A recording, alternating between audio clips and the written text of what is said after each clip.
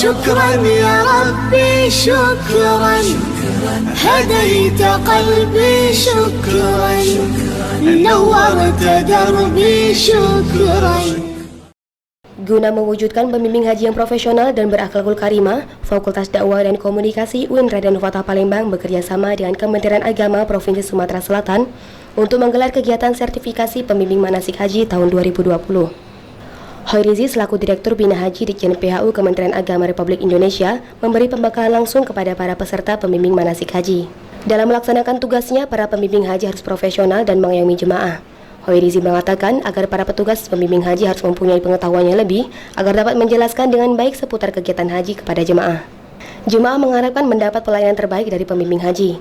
Hoirizi berpesan agar para petugas dapat membenahi ibadah jemaah karena itu merupakan tugas dari para pembimbing. Ia juga mengatakan petugas kloter direkrut dari kabupaten masing-masing kloter agar dapat lebih memahami karakter jemaah di dalam kloter yang dibimbing. Menjadi seorang pembimbing haji merupakan tugas yang berat karena harus bisa mengayomi para jemaah haji. Petugas pun boleh mengikuti rangkaian ibadah haji namun tidak melupakan tugas sebagai pembimbing haji. Sangat penting. Kenapa saya katakan sangat penting? Roh dari penyelenggara haji itu adalah ibadah. Yang bisa membekali jemaah itu adalah pembimbing. Nah, ketika pembimbing ini punya komitmen, punya bekal yang cukup, maka dia akan bisa membekali jemaah itu dengan lengkap. Umurnya dari sampai berapa? Umur tidak sampai hari ini belum dibatasi umurnya itu.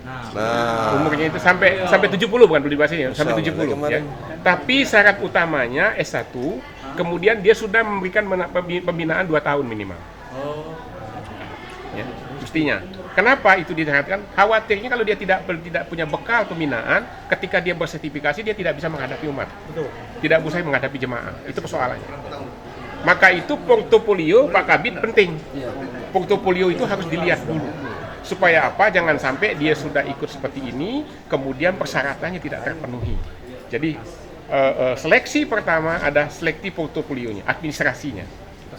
Ya, supaya dia memiliki kompetensi yang jelas. Regulasinya di samping aturan dirjen. Itu di regulasi itu 65. Betul. Tetapi ada kesepakatan tahun 2018 untuk sementara ini pakai 70. Masih dimungkinkan.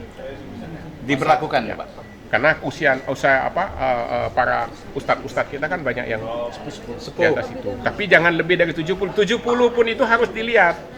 Jangan ujuk-ujuk. Fisiknya bagus nggak? Kalau fisiknya tidak bagus ya nggak boleh. Nggak boleh. Masa berlaku sertifikasi. Jangan itu udah itu banget itu. Masa berlaku sertifikat. Dalam undang-undang masih 4 tahun.